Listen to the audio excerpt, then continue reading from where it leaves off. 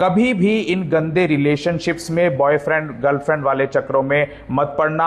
ये जो बॉयफ्रेंड होते हैं इन्हें तुमसे कोई प्यार व्यार नहीं होता, ये सिर्फ तुम्हारे मजे लेने के लिए होते हैं। इनमें से कोई तुम्हारी जिम्मेवारी उठाना नहीं चाहता। ये शरीर के वो भूखे दरिंदे हैं जो तुम्हारा इस्तेमाल करते हैं। तुम सोचती हो कि वो तुम्हारी केयर करते हैं, जिसने तुम्हारा सब कुछ लूट लिया, क्या करोगी ऐसी केयर का? माँ बाप भाई से ज्यादा कोई भी केयर नहीं कर सकता। देखो जरा उस बाबू सोने, उस घटिया लड़के की तरफ। वो काबिल नहीं, तुम्हारी जिंदगी का कातिल है, जिसने तुम्हारी इज्जत को खत्म कर दिया, तुम्हारे सपनों को खत्म कर दिया, गर्भ निरोधक गोलियां खिला खिलाकर तुम्हारे शरीर को खत्म कर दिया, तुम्हें अपने ही माँ बाप के सामने दुश्मन बनाकर खड़ा कर दिया। बस एक छोटा सा शब्द ब्रेकअप बोलकर तुम्हें पूरी उम्र दर्द देकर छोड़ दिया। ये जो आज का पल है वही पास्ट बनेगा। इसे ऐसा बनाओ कि तुम्हें अपने पास्ट पर, अपनी हिस्ट्री पर गर्व हो। पास्ट से नफरत कर डिलीट करने की कोशिश करनी ना पड़े तुम्हें जब तुम इस पास्ट को पीछे मुड़कर देखोगी। पास्ट को याद कर खुद के सामने शर्मिंदा ना होना पड़े।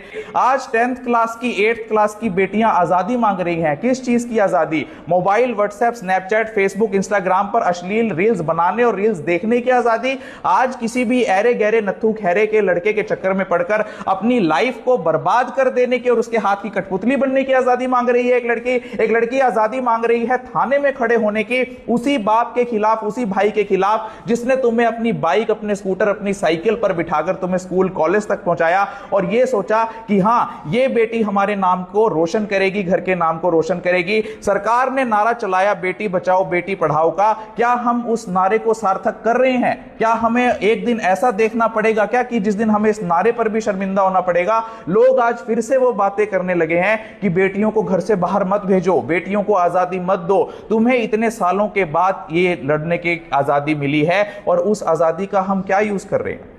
फ्रीडम सिर्फ कम कपड़े पहनना नहीं है, फ्रीडम है कि तुम वो सब कर सको जो तुम अपने सपनों को पूरा करने के लिए करना चाहती हो। तुम अच्छी शिक्षा लो, तुम अच्छे स्वास्थ्य लो और तुम अपने हक को जो सरकार ने और कानून ने तुम्हें दिए हैं वो असली आजादी है, ना कि अपनी जिंदगी को नरक में धकेल लेना आजादी है। तुम्हें एक बात पता होनी चाहिए कि आज 2022 के एक आंकड़े के अनुसार पूरे देश में 1,59,00,000 बच्चे 10 से 17 साल तक के हैं, वो किसी तरह का नशा करते हैं। क्या ये आजादी है?